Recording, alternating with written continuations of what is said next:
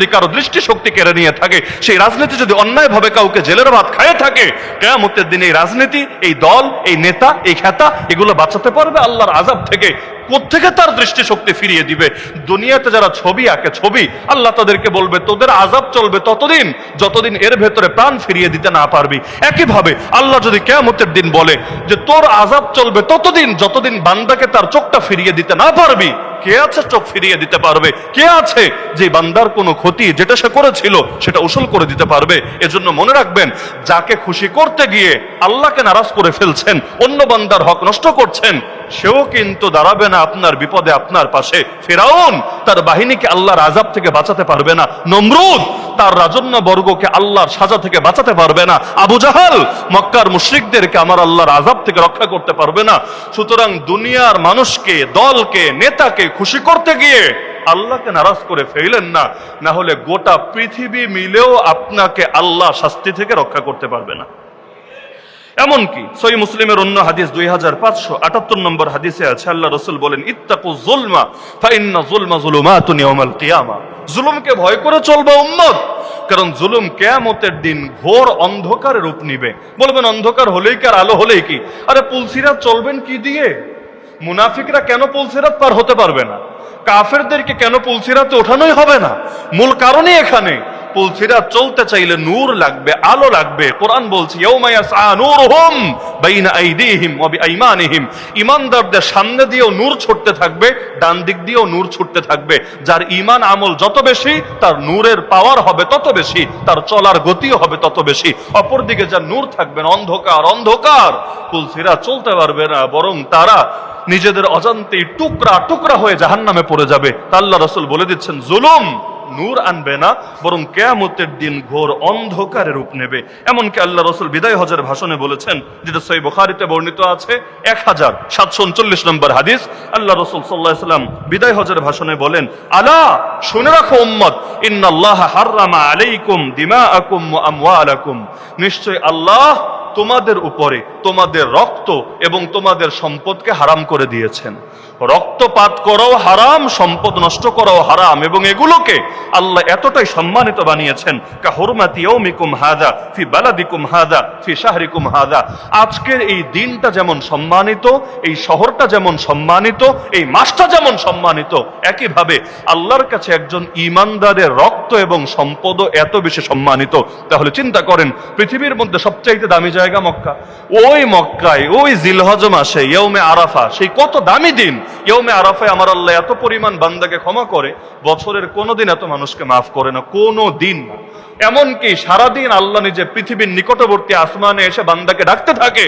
তাহলে আল্লাহ রাসূল বলে, এই আরাফার দিন যেমন দামি, এই মক্কা শহর যেমন দামি, একইভাবে এই মাসটা যেমন দামি, একইভাবে এক একজন মুমিন, এক একজন ঈমানদারের রক্ত এবং সম্পদও এত বেশি দামি।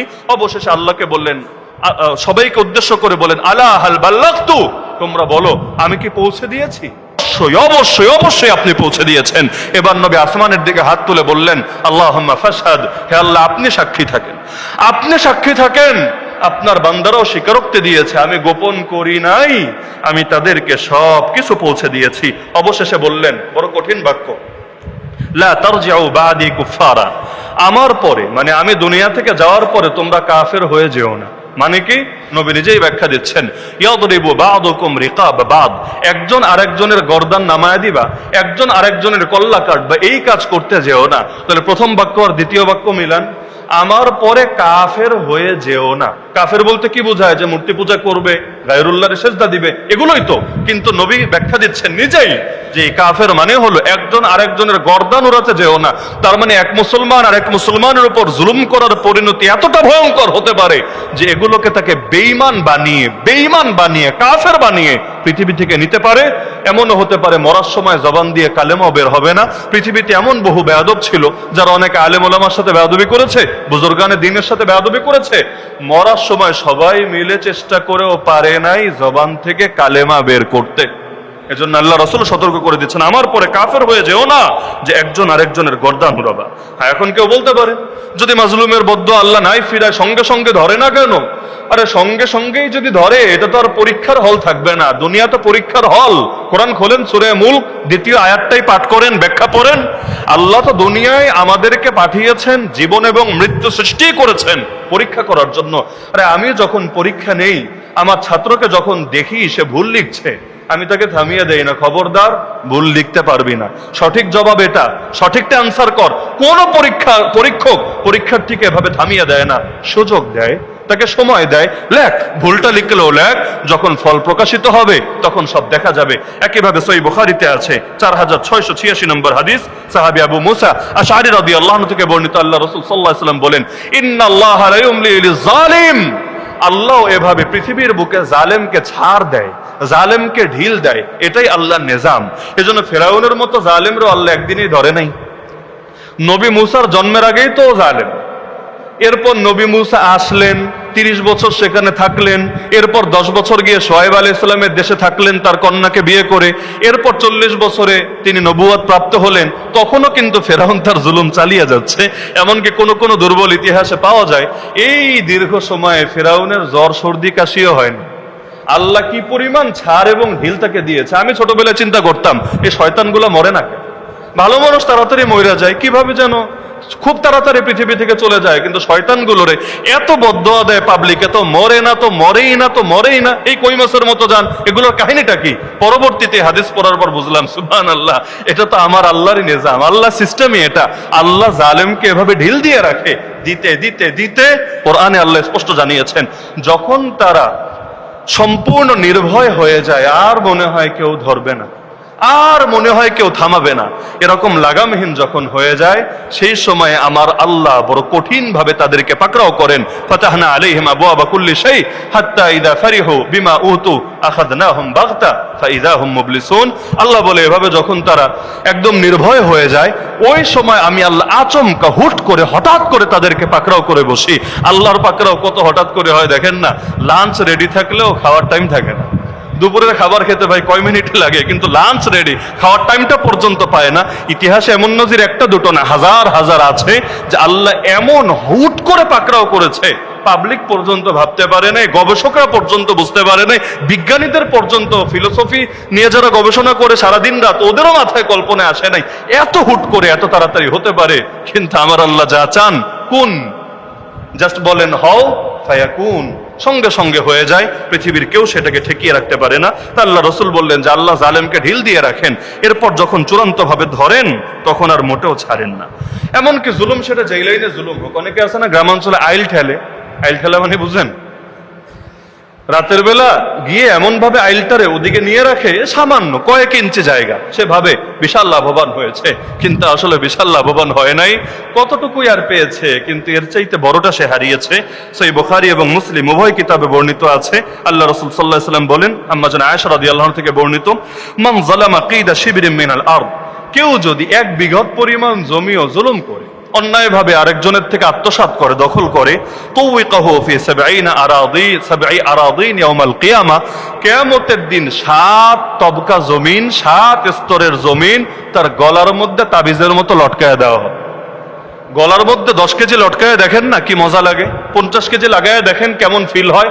সেখানেই 7 তবকা জমিনের ওজন কত, আল্লাহ রাব্বুল আলামিন এটা লটকায় দিবেন গলার সাথে, তোর তো জমিন খাওয়ার বড় আগ্রহ, এবার খা জমিন, এবার এটার মজা ভোগ কর। এমনকি সহিহ বুখারীতে আছে, আল্লাহ রাসূল সতর্ক করে দিয়েছেন, মান কানা ইনদাহু লিআখিহি মাজলিমাতুম মিন আরদিহি আও মিন শাই, কারো নিকট যদি অন্য কারো কোনো হক থাকে, জুলুম করে নিয়েছে, সেটা জমিনই হোক অন্য যা কিছুই হোক, নবী বলেন ফালিয়াতাহাল্লাল মিনহু আল ইয়াউম, আজকে অর্থাৎ মরার আগেই সে যেন তার থেকে সেটা সমঝোতা করে নেয়, ক্ষমা চেয়ে নেয়। কেন?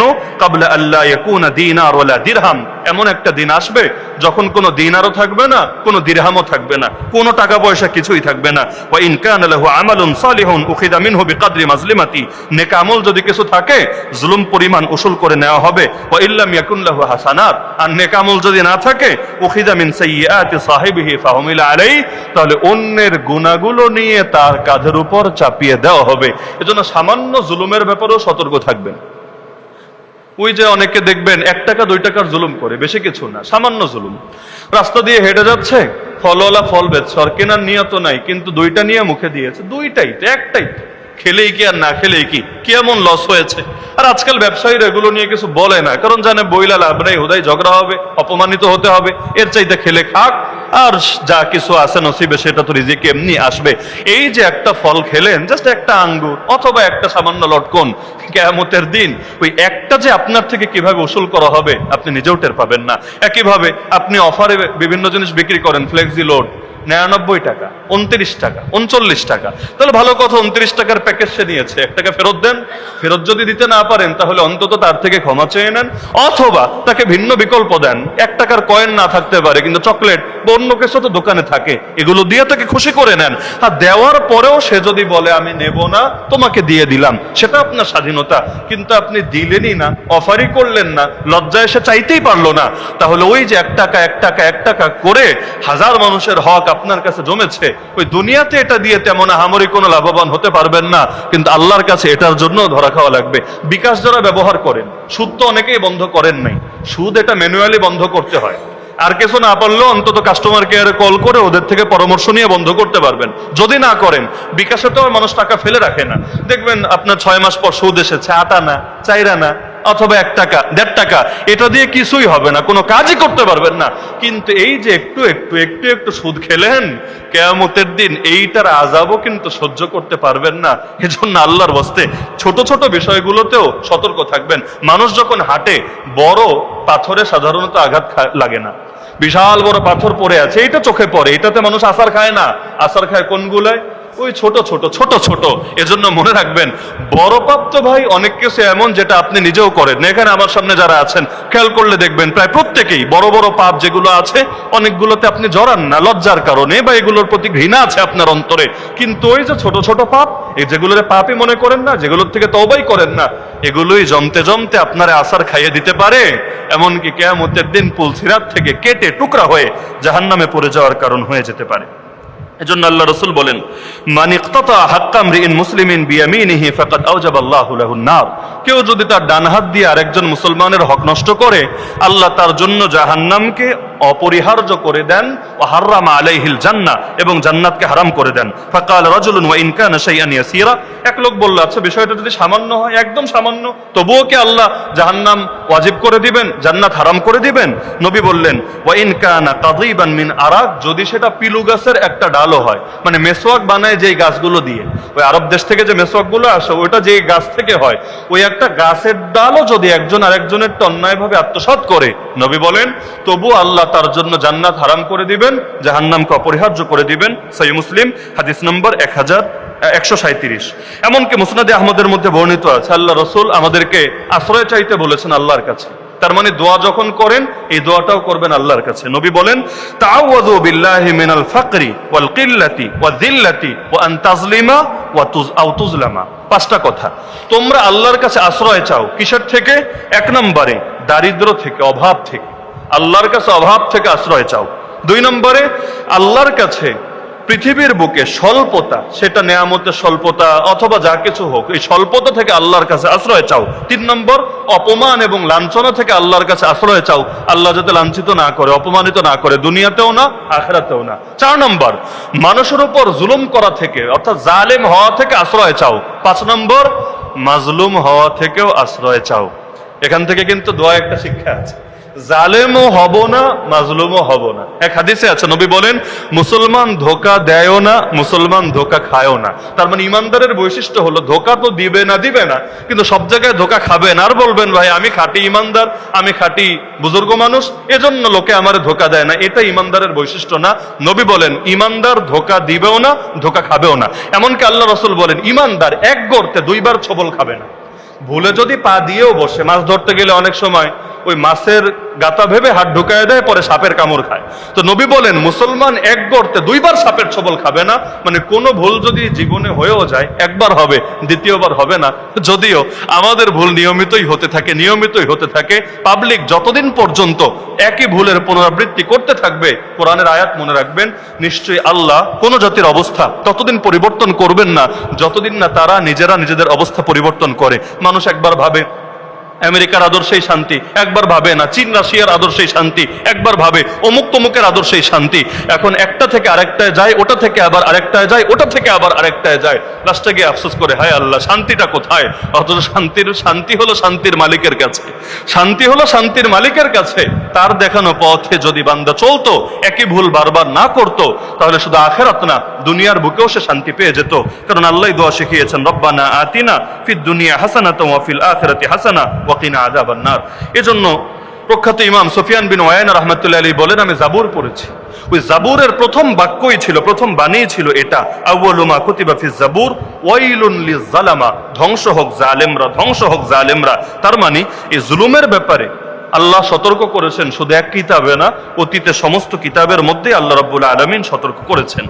এমনকি আল্লাহ রাসূল অন্য হাদিসের মধ্যে বলেন যে ইত্তাকি দাওয়াতাল মাজলুম ফাইন্নাহা তাসআদু ইলা সামা কাআন্নাহা শিরার। মুস্তাদরাকে হাকিমের হাদিস, মাজলুমের বদদোয়াকে ভয় করবা, কারণ মাজলুমের বদদোয়া আসমানে যায় এমন ভাবে স্ফুলিঙ্গ, ওই যে আকাশে যখন অগ্নিস্ফুলিঙ্গ হয়, এটা যেভাবে স্পিডের সঙ্গে হয়, একইভাবে মাজলুমের বদদোয়া এভাবে স্পিডের সঙ্গে আল্লাহর কাছে পৌঁছে যায়। এজন্য ইমাম ইয়াজিদ বিন হাতেম বলেন, আমি কোন জিনিসকে এত ভয় পাই না যতটা ভয় পাই আমার দ্বারা কোনো মানুষ মাজলুম হওয়াকে।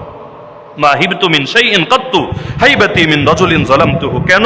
তিনি বলেন, যেই লোকটার ব্যাপারে আমি জানি যে আল্লাহ ছাড়া তার কোনো সাহায্যকারী নাই, যার সাহায্যকারী দুনিয়াতে আছে তারে নিয়ে আমার ভয় কম, কিন্তু আ'লামু আন্নাহু লা নাসিরা লাহু ইল্লাল্লাহ, যার ব্যাপারে আমি জানি যে তার সাহায্যকারী একমাত্র আল্লাহ, এবং আমি তার উপর জুলুম করলে আল্লাহ নিজে প্রতিশোধ নেবেন, তিনি বলেন এই জিনিসটাকে, এই পাপটাকে আমি এত বেশি ভয় পাই যত বেশি ভয় আমি পৃথিবীর কোনো কিছুকেই পাই না। এমনকি আল্লাহ রাসূল সাল্লাল্লাহু আলাইহি ওয়াসাল্লাম বলেন, ওই যে যেই কথাটা আমি শুরুতে বলেছিলাম যে কিছু পাপের সাজা আল্লাহ দুনিয়াতেই দিয়ে দেন, এটা হাদিস দ্বারাও প্রমাণিত। আল্লাহ রাসূল বলেন, মা মিন যামবিন আজদারু মিন আন ইউআজ্জিলা আল্লাহুল উকুবাতা লিসাহিবিহি ফিদ দুনিয়া মা মা ইয়াদখিরুহু লাহু ফিল আখিরা মিনাল বাগি ওয়া কাতিআতির রাহিম। আল্লাহ রাব্বুল আলামিন কিছু পাপ এমন যার সাজা আখিরাতে যা দিবেন, পাশাপাশি দুনিয়াতেও দিয়ে দেন। এই হাদিসের মধ্যে নবী দুইটা মেনশন করেছেন, এক নম্বরে জুলুম, দুই নম্বরে আত্মীয়তার সম্পর্ক ছিন্ন করা। এজন্য আমি সবাইকে বিশেষভাবে পরামর্শ দেব, যত হাজার মুসল্লি থাকেন না কেন, সবাইকে বলবো আজকেই নিজের বিবেককে নিজে জিজ্ঞেস করেন, কোন আত্মীয়র সাথে আপনার সম্পর্ক নষ্ট নাই তো? যদি বিবেক বলে নাই, আলহামদুলিল্লাহ, যদি বলে আছে, সতর্ক হয়ে যান। আত্মীয়তা সম্পর্ক যদি নষ্ট করেন আপনার আয়ু কমে যাবে, এক হাদিসের ভেতরে আছে, এবং আল্লাহ রাব্বুল আলামিন পৃথিবীর বুকে আপনাকে বিভিন্ন বিপদে আক্রান্ত করবে, যেটা এই হাদিসে স্পষ্ট বর্ণিত আছে। পাশাপাশি জুলুম, সেটা জানের উপর জুলুম হোক, মালের উপর জুলুম হোক, ইজ্জতের উপর জুলুম হোক, সতর্ক হয়ে যান, না হলে আল্লাহ রাব্বুল আলামিন দুনিয়ার বুকে এর জন্য পাকড়াও করবে। জাস্ট বর্ণনা থেকে দুইটা ঘটনা শুনিয়ে আমরা আজকের আলোচনা ইতি টানবো ইনশাআল্লাহ। প্রথম ঘটনাটা ইমাম বুখারী রাহমাতুল্লাহি আলাইহি তার কিতাবের মধ্যে এনেছেন। ওমর রাদিয়াল্লাহু আনহু যুগের কথা, এক লোক ওমর রাদিয়াল্লাহু আনহুর কাছে লোক মারফত খবর পাঠালো, চিঠি লিখে পাঠালো, যেই খবরের মূল ভাষ্য হলো, আন্না ওয়ালিকা ফিল ইরাক লা ইয়াদিলু, আপনি ইরাকে যাকে গভর্নর বানিয়ে পাঠিয়েছেন সেই সাহাবী একজন জালেম, মানুষের উপর ইনসাফ করে না। মিথ্যা কথা। কিন্তু ওই যে অনেক সময় একজন আরেকজনের বিরুদ্ধে লাগায় না, ক্ষমতাধরদের কাছে গিয়ে কান ভারী করে, আরে ওই রকম ওই রকম ওই রকম, উদ্দেশ্য হলো দুনিয়ার মধ্যে কোনো ধান্দা হাসিল করবে। মিথ্যা মামলা দিয়েও তো দেশ ভরে গিয়েছে, কেন? মিথ্যা ভাবে নিজের কোনো মাকসাদ সে হাসিল করবে। একইভাবে ওমরের কাছে চিঠি লিখে পাঠালো, আর জানে ওমর যদি কোনো অভিযোগ শুনে অবশ্যই কঠোর হবে, তাতে যত বড় নেতা হোক আর যত বড় প্রশাসনিক কর্মকর্তা হোক, তো লিখে পাঠালো ইরাকে আপনার গভর্নর জুলুম করে না। তো ওমর শুনে সঙ্গে সঙ্গে উত্তেজিত হয়ে গেল। আবার ওমর ইতিপূর্বে সেই সাদ রাদিয়াল্লাহু আনহুকে যখন ইরাকে পাঠিয়েছিলেন, তাকে নসিহত করেছিলেন, আত্তাকওয়া আত্তাকওয়া, সবসময় আল্লাহকে ভয় করে চলবা, আল্লাহর বিধান মেনে চলবা। তো তিনি উত্তেজিত হয়ে গেলেন, তিনি এবার লোক মারফত খবর পাঠালেন, এবং তিনি এমন একজন লোককে দায়িত্ব দিলেন যে তুমি ইরাকে গিয়ে প্রতিটা মসজিদে মসজিদে যাবা, গিয়ে সাধারণ মানুষকে জিজ্ঞেস করবা আসলেই সাদ ভালো না আসলেই সাদ খারাপ, এবং সাদ বিন আবি ওয়াক্কাস তিনি যে আল্লাহ রসুলের মামা, তোমরা এটার কোনো পরোয়া করবা না, সে যে হোক আর যেভাবেই হোক, কিন্তু তোমরা একদম বিস্তারিতভাবে এটা তদন্ত করবা, নিরপেক্ষ তদন্ত করবা। তো এখন তারা গিয়ে গিয়ে প্রত্যেক মসজিদে খবর নিচ্ছে, যারে জিজ্ঞেস করে সেই ভালো বলে। একটা লোকও তার ব্যাপারে কোনো খারাপ মন্তব্য করে নাই। অবশেষে একজন লোক যে মূলত চিঠি পাঠিয়েছিল ওই দলের লোক, যাকে সবাই আবু সাদ নামে চিনত। সে আবু সাদ সে এবার ওই লোকটাকে বলল, তদন্তে যে গিয়েছে, যে আসলে বলতাম না, যেহেতু তদন্ত করতে এসেছো জিজ্ঞাসা করেই বসেছো, এজন্য সত্যটা বলেই ফেলি। ওই ওমর যারা গভর্নর বানিয়েছে সেই সাহাবী সাদ, তার বৈশিষ্ট্য হলো লা ইয়াসিরু বিসসারিয়া, যুদ্ধে যায় না, জিহাদে যায় না। ওয়ালা ইয়াকসিমু বিসাওয়িয়া, যখন কোনো কিছু ভাগ করে বন্টন করে সমতার সাথে করে না, বৈষম্য করে। আর 3 নম্বর ওয়ালা ইয়াদিলু বিল কাযিয়া, যখন বিচার করে বিচারের মধ্যে ইনসাফ করে না। 3টা অভিযোগ দিল। 1 নম্বরে জিহাদের কাফেলা পরিচালনা করে না, 2 নম্বরে সমতার সঙ্গে বন্টন করে না, আর 3 নম্বর হলো সে বিচার যখন করে বিচারের মধ্যে ইনসাফ রক্ষা করে না। আর 4 নম্বর ওয়ালা ইয়াশহাদুস সালাহ, নামাজে আসে না, তারে আমরা নামাজ টামাজ পড়তে দেখি না। ব্যাস এই 4টা অভিযোগ তার ব্যাপারে উত্থাপন করলো। যখন সাদ বিন আবি ওয়াক্কাস রাদিয়াল্লাহু আনহু এই কথাগুলো শুনলেন, এত বেশি কষ্ট পেলেন, বিশেষ করে নামাজের অভিযোগটা নিয়ে। কারণ নামাজ নাই, জিহাদ নাই, বিচারের মধ্যে ইনসাফ নাই, আর বন্টনের মধ্যে সমতা নাই, তা আছেটা কি? তারা আছেটা কি? তিনি বড় কষ্ট পেলেন। কষ্ট পেয়ে আল্লাহর কাছে বললেন, আল্লাহুম্মা ইন কানা আবদুকা হাযা কাযিবা ওয়া কামা রিয়াআন ওয়া সুমআ আল্লাহুম্মা ফাআতিল উমরা ওয়া ফাকরাহ ওয়া আররিদহু লিল ফিতান। বড় ভয়ঙ্কর একটা বদদোয়া দিলেন যে, হে আল্লাহ, সে যদি সত্যবাদী হয় তাহলে সে যা বলেছে এর প্রতিদান দিয়ে দাও, যদি মিথ্যুক হয়, সে যদি মিথ্যা বলে থাকে এবং মানুষের সামনে এটা রিয়া এবং সুমা বশত করে থাকে, তাহলে আল্লাহ আমি তোমার কাছে চাই তুমি তাকে দীর্ঘ জীবন দিও, তাড়াতাড়ি মরণ দিও না, তার দীর্ঘ জীবন দিও, এবং তুমি তার দারিদ্র বাড়িয়ে দিও এবং তাকে ফিতনার মধ্যে ফেলে রেখো। তার মানে দীর্ঘ জীবন পাওয়াটাও সবসময় বান্দার জন্য নেয়ামত হয় না, কখনো এটা বড় পরীক্ষা হয়। তো তিনি বললেন দীর্ঘ জীবন, তার জীবনটারে লম্বা করে দিও, দারিদ্র বাড়িয়ে দিও, আর তার ফিতনার মধ্যে ফেলে রেখো। আল্লাহ রাব্বুল আলামিন এই বিখ্যাত সাহাবীর দোয়া এমন ভাবে কবুল করলেন, ওই লোক যার ব্যাপারে বদদোয়া দিয়েছেন 100 বছর ক্রস করেছে, এত লম্বা হায়াত পেয়েছে, কিন্তু তার বৈশিষ্ট্য হয়ে গিয়েছিল এটা, এই বুড়া বয়সে এসেও লম্পটতা ছাড়তে পারতো না। রাস্তাঘাটে চিপায় চাপায় যেখানে নারী পেত সেই নারীর গায়ে হাত দিত, তাদেরকে উত্ত্যক্ত করতো, ইফটিজিং করতো, তাদেরকে যৌন নিপীড়ন করতো।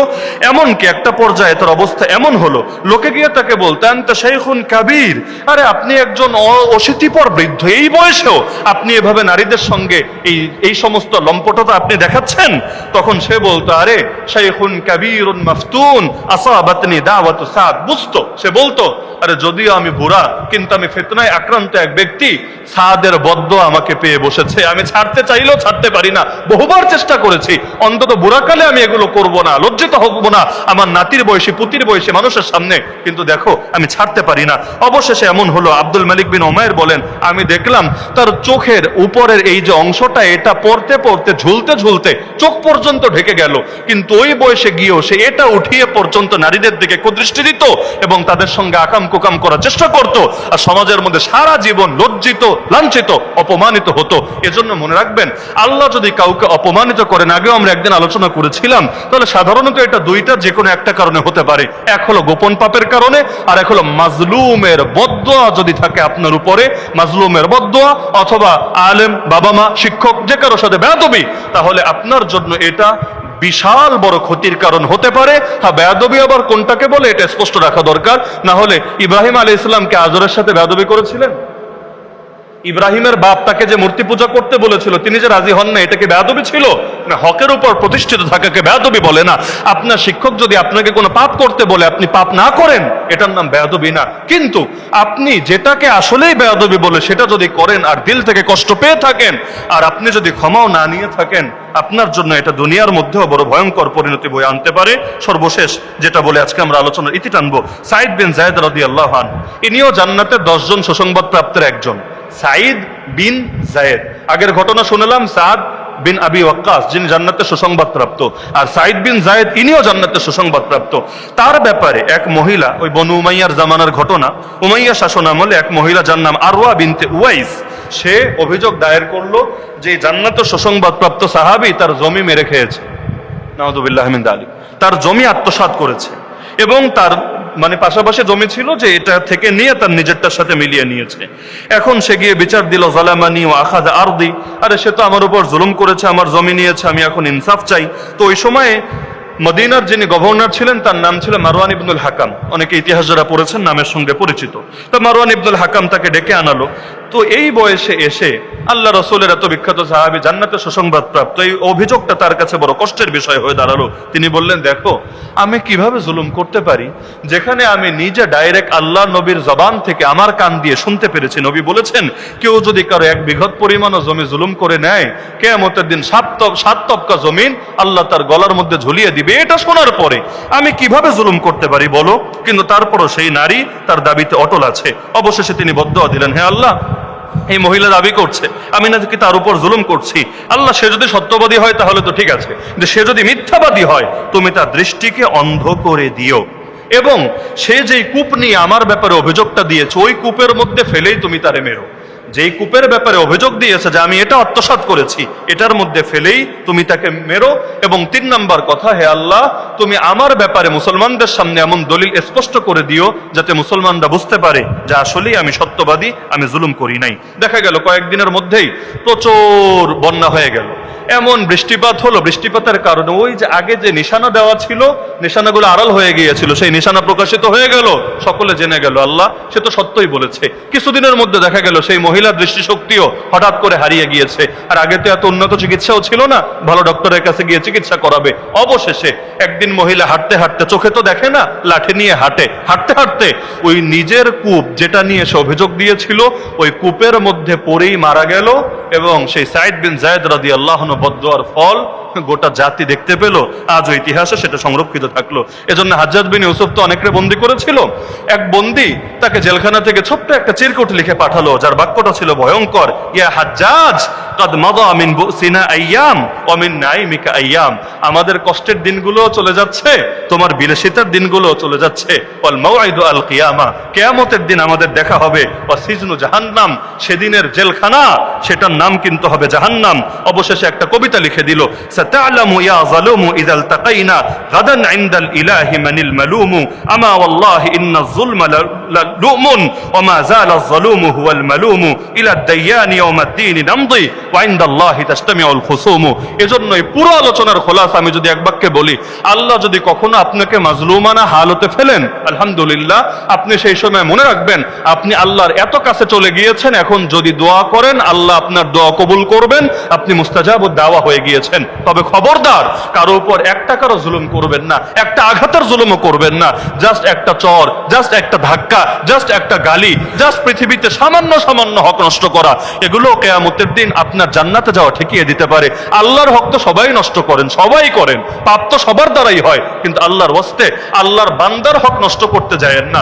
দুনিয়াতে বহু মানুষ এমন আছে, তারে কিছু বললে সে হজম করবে, তার মায়েরে বইলে দেখেন, তার স্ত্রী নিয়ে বলে দেখেন, তার বাচ্চাকে নিয়ে বাচ্চার গায়ে হাত তুলে দেখেন, সে আপনাকে ছেড়ে কথা বলবে না, প্রয়োজনে আপনারে জানেও মেরে ফেলতে পারে। বহু মানুষ এমন আছে, নিজের উপর আঘাত আসলে সহ্য করে নেয়, অন্যের উপর আঘাত আসলে সেক্ষেত্রে সে ছাড় দেয় না। আল্লাহ রাব্বুল আলামিনের শান এরকম। কত মানুষ আল্লাহর কত হক নষ্ট করে, আল্লাহ কিছু বলে না, কিন্তু আল্লাহর নবীর শানে যখন বেয়াদবি করে, নবী সাহাবীদের নিয়ে যখন কটূক্তি করে, অথবা আল্লাহর কোনো বান্দার উপর কেউ জুলুম করে, আল্লাহ নিজে সেটার ব্যাপারে ছাড় দেয় না, 2 দিন আগে বা পরে এটার জন্য ঠিকই আক্রান্ত করে থাকে।